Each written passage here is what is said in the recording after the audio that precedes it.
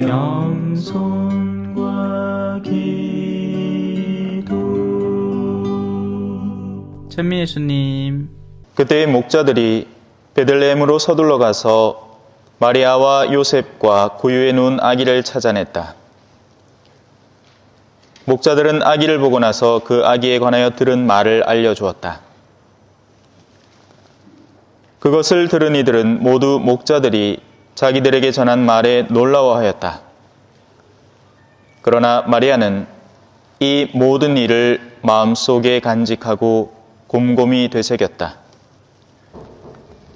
목자들은 천사가 자기들에게 말한 대로 듣고 본 모든 것에 대하여 하느님을 찬양하고 찬미하며 돌아갔다. 여드레가 차서 아기에게 할례를 베풀게 되자 그 이름을 예수라고 하였다. 그것은 아기가 잉태되기 전에 천사가 일러준 이름이었다. 주님의 말씀입니다. 그리스도님 감사합니다.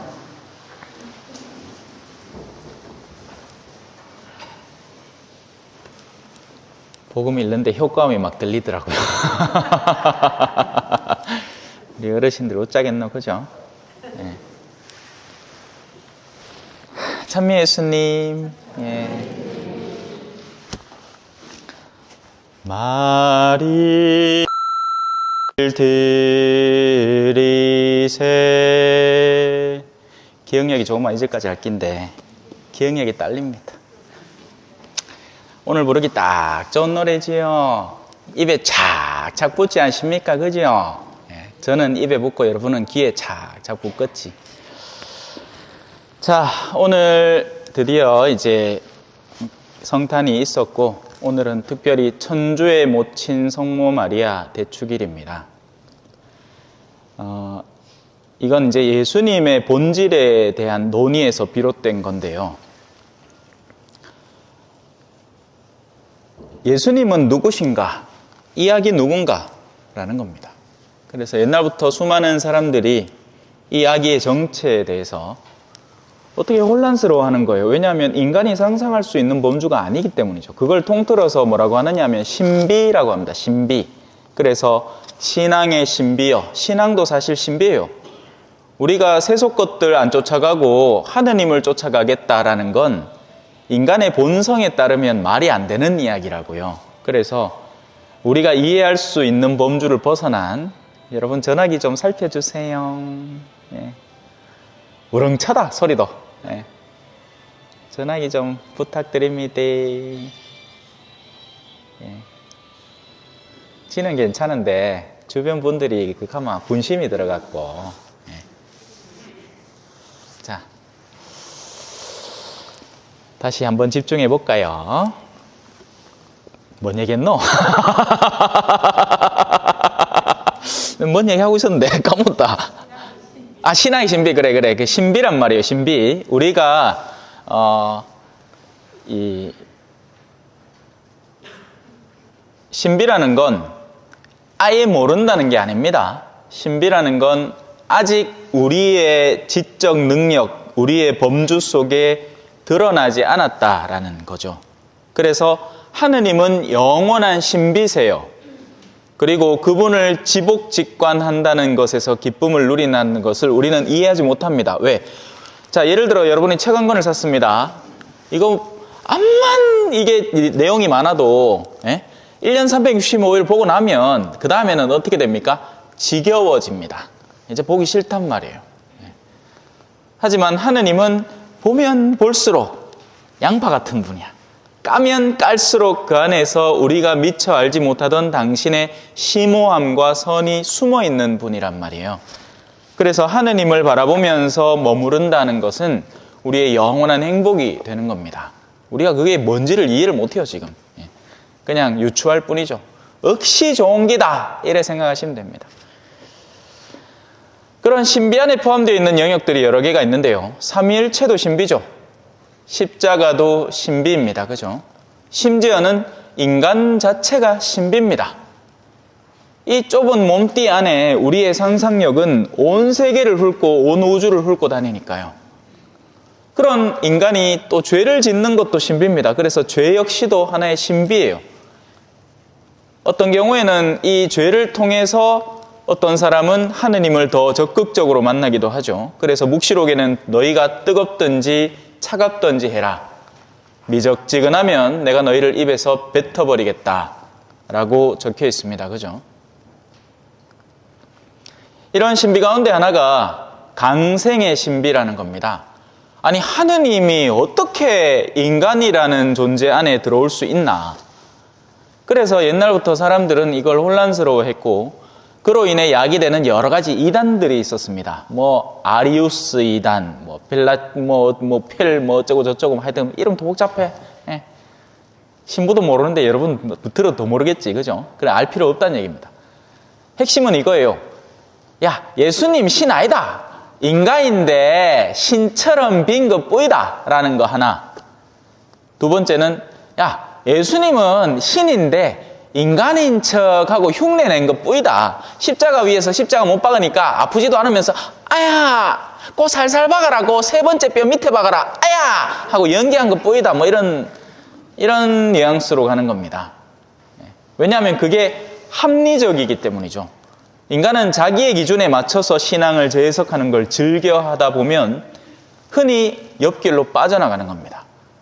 신앙이라는 건 있는 그대로를 우리가 받아들여서 믿음을 던지는 것이지 우리의 합리성 속으로 어떻게든지 다 끌어모아서 분해시켜 놓는 게 아니란 말이에요. 지난번에 언뜻 말씀드렸죠. 곤충이 제일 완전할 때는 살아있을 때입니다. 그런데 과학자들은 그 곤충을 잡아다가 산산조각을 낸 뒤에 박제를 하고 나서 이게 곤충이다라고 내놓지만 이미 그 곤충에는 생명이 존재하지 않죠. 신앙도 마찬가지란 말이에요. 신앙은 분해될 수 있는 게 아닙니다. 신앙은 살아가는 거예요. 신앙은 그 자체를 수용하는 거죠. 삼위일체는 뜯어 해발길 수 있는 게 아닙니다. 암만 그래봐야 이해가 안 돼요. 받아들이는 거란 말이에요. 예수 그리스도는 인간이시면서 동시에 하느님이시기 때문에 그걸 우리 신학적 전통 안에서 그리스도론이라고 하는 겁니다. 오늘 여러분들은 많이 배운 거예요. 그죠?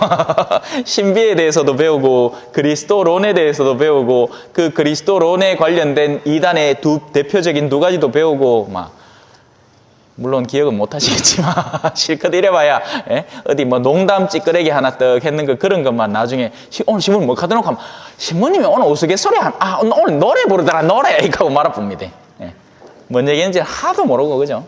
괜찮아요. 가랑비에 옷 젖는 줄 모르듯이 자꾸 듣다 보면 이 원래 돌머리가 새기기는 힘들어도 새기고 나면 안 잊혀쁘거든. 그죠? 그래서 하느님의 아들 맞습니다. 하지만 성모님의 아들이죠. 근데 성모님의 아들은 인간 차원만 뚝 떼서 한 인간과 하느님을 이렇게 그냥 얹혀놓은 게 아니란 말이에요. 이 두 개는 완전히 하나가 되어 있기 때문에 그래서 성모님은 예수님의 어머니이시니 예수님은 천주이시니 그 명칭을 가져오는 거죠. 그래서 테오토코스라고 전문적인 용어로 얘기합니다. 하느님의 어머니다. 이걸 갖고 신학 사상 안에서 엄청난 논쟁들이 벌어졌던 겁니다. 이 호칭을 붙여도 되나 안 되나. 하지만 교회가 최종적으로 그렇게 안착한 이유는 그리스도론을 예수님은 하느님과 인간이 온전히 하나 되어 계신 분이라는 것을 확증하기 위해서 성모님이 덤탱이로 천주의 모친이라는 별칭을 얻으신 거예요. 이 말이 곧 여수야 요 사람 잘 안게 니 하느님 아이가 그죠? 이 사람이 꼬롬하이 살아 못되게 살았지만서도 니 나중에 하늘나라 들어갈 때 문 열어줘래 이게 아닙니다. 이 하면 김영란법에 걸리요. 알죠? 우리 이런 식으로 생각합니다. 안 돼요. 여러분 하늘나라에 들어갈 자격이 있는 이들이 들어갑니다. 흔히 왜 성모님을 너무 사랑한 나머지 이런 농담들을 합니다. 베드로가 원래 하늘나라 문수장이잖아요. 그래서 베드로의 상에는 이따시만한 열쇠를 들고 있는 경우가 굉장히 많습니다. 왜냐하면 천국 문 열어야 되니까. 너는 반석이다. 내가 너에게 하늘나라의 열쇠를 맡길 터이니까. 그런 얘기 있죠. 네가 땅에서 묶는 것은 하늘에도 묶여 있을 것이고 땅에서 푸는 건 하늘에도 풀려 있을 것이다. 그래서 베드로가 문을 지켜. 누가 들어올라 하노? 니는 안 돼, 나가! 근데 그 사람이 평소에 묵조기도를 많이 바치던 사람이래. 그러니까 하늘나라에 뒷구녕이 하나 있는데, 개구멍이 하나 있는데, 그 성모님이 묵주를 이래 내려뜨리 갖고 그 묵주 잘 열심히 바친 사람을 건져줬다 하는 농담을 하는데, 그건 어디까지나 농담이고 우스갯소리지, 묵조기도를 열심히 바치면 좋다는 것을 하기 위한 교훈적인 우화지, 절대 그렇게 안 됩니다, 여러분. 하느님은 정의의 하느님이시기도 하니까요.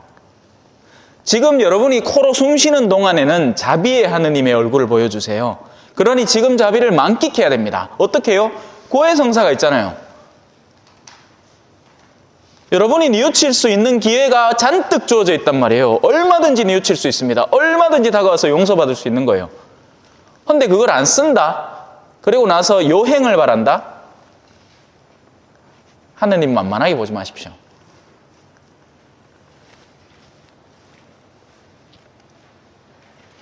그래서 천주의 모친 성모 마리아 대축일이 존재하는 겁니다. 여기까지는 교리고 이제 강론할게요. 네. 자, 오늘 이 예수님의 탄생 자리에 누가 왔느냐? 목동들입니다. 목자들, 목동들. 당대 하층민 중에 엄청 하층민이에요. 예. 제가 남미에서도 지역이 다르거든요. 제가 일하던 곳은 산타크루즈라는 곳이었는데, 시내는 삐까뻔쩍합니다, 여러분. 예. 시내는 삐까뻔쩍해요. 한날은 저한테 이제 그러니까 기도를 부탁하는 집이 있었는데, 그 집이 좀 잘 사는 집이었어요. 공동묘지에서 나는 우리 신자들 장례한다고 가갖고 이제 동양인이, 그죠? 가갖고 장례 막 강론을 하는데 옆불댁에서 누가 들었는기라. 극하고는 나를 초대를 했어. 어떤 집이 있는데 좀 위로를 해달래요. 그래, 그 집에 들어갔더니 들어가는 입구부터 경비가 딱 서 있고, 예, 이 동네 자체가 하나의 블록으로 구분된 거죠. 아무나 못 들어가는 거예요.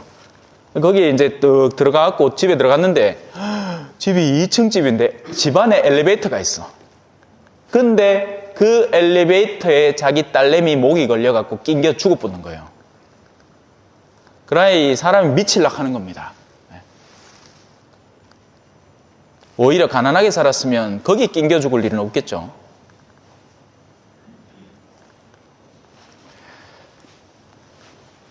볼리비아도 그런 잘 사는 동네가 있고요. 집안에 수영장도 있고 뭐 별거 다 있어요. 제가 일하던 곳은 사텔리테, 세터레이트, 위성도시라고 들어보셨죠? 서울이 있으면 서울 근교에 위성도시가 있지 않습니까? 물론 서울 근교의 위성도시들은 또 나름 잘 삽니다만, 그 동네는 이제 바깥으로 나오면 거기에 이제 가정부, 뭐 택시기사, 뭐 이런 오토바이 택시기사, 이런 일들 하는 사람들 잔뜩 모여 있는 곳이 제가 일하던 선교제였어요. 근데 거기에서 더 나가면요, 완전 시골에 있습니다. 완전 시골. 물도 비 오는 거 못 안았다가 그런 거 떠먹고, 빛도 전기도 안 들어가갖고 깜깜한 데서 살고, 예. 그래, 우리가 가끔씩 들어가면 막 엄청 좋아하지. 예. 마치 옛날에 우리 선교 시대에 이 사제들이 찾아가는 동네에서 신자들이 사제를 맞이하는 거. 요새는 뭐 신부님 그냥 옆에 지나가도 그냥 우습게 보죠, 그죠? 예. 뭐 어디 가나 이씨, 뭐 성주가도 있고, 뭐 가천가도 있고, 선남가도 있고, 뭐 여와도 있고, 뭐 항상 보면 이씨 뭐 별로 중요하지도 않아요, 그죠? 예.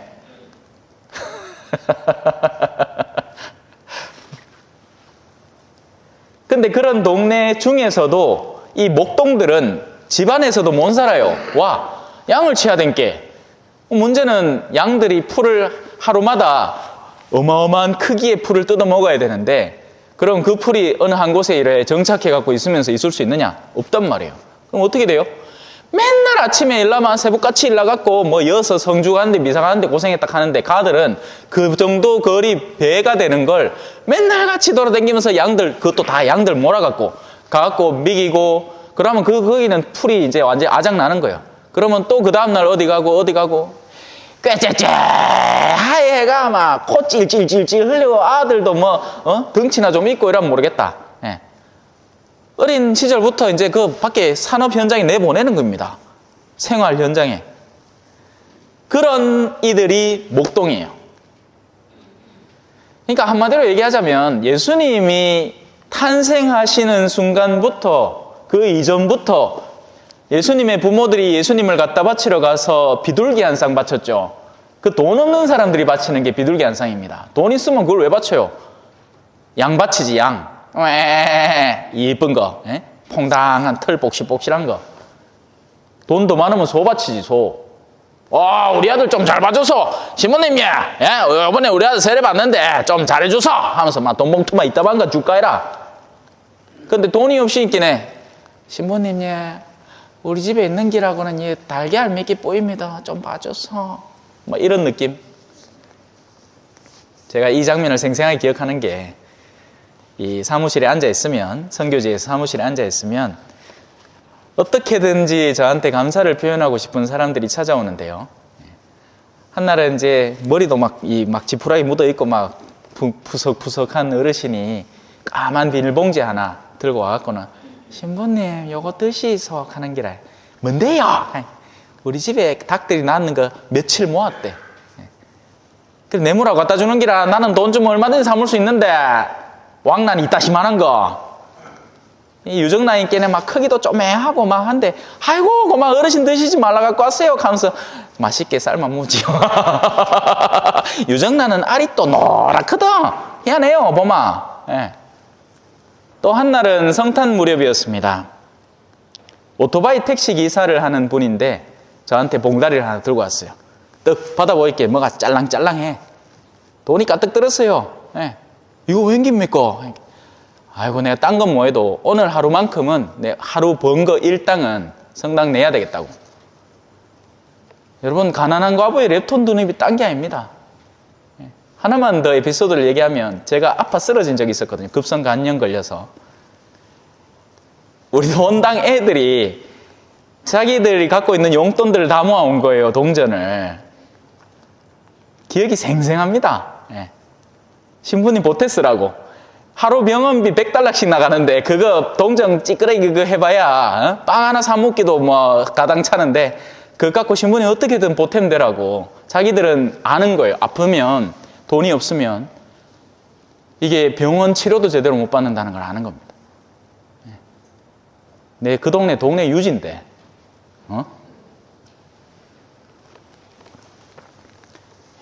예수님에 대한 본질을 이해하지 못하면 우리는 신앙생활을 헛다리 짚습니다.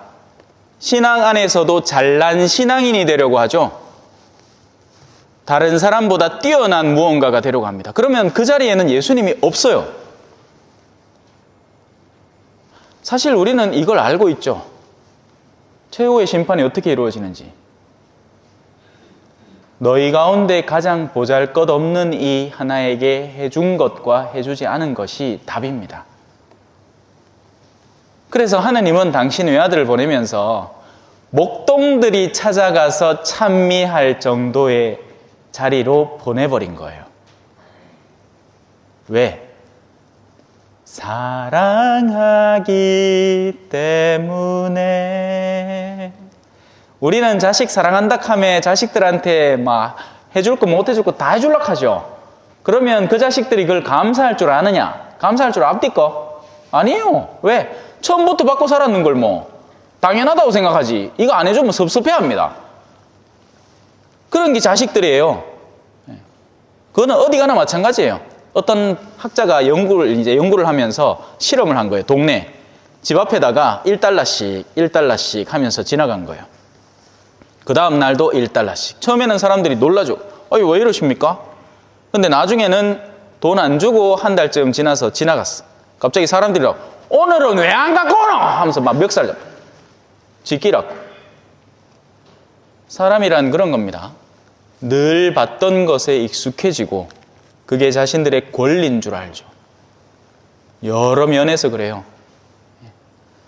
여러분, 살 수 없는 게 있습니다. 돈 주고 살 수 없는 게 있어요. 그건 섬김이고 봉사이고 사랑이에요. 그걸 잘하는 사람은 보물 같은 사람입니다. 그런 사람을 잡을 줄 알아야 돼요. 돈 많은 사람 뒤에 똥구멍 간지르려고 애를 쓰지 말고 그렇게 해봐야 아무짝에도 소용없고 그런 사람들은 배신하는 게 일상입니다. 지금까지 그 돈을 어떻게 쌓아왔겠어요? 수도 없이 배신하고 사기치면서 모아온 거지. 합법적인 불법을 저지르면서 가난한 이들에게서 쟁취한 것들 아니겠습니까? 그게 아니면 가난한 이들이 눈에 밟혀서 어떻게 지가 배 튕기고 살아요? 못 산단 말이에요, 그렇게. 하지만 내 거니까, 내 자식 줄 거니까. 자식까지는 자기 이기성이 포함이 되거든. 왜? 투자를 잘 해놔야 나중에 내가 받지, 그죠? 근데 나중에 받지도 뭐해?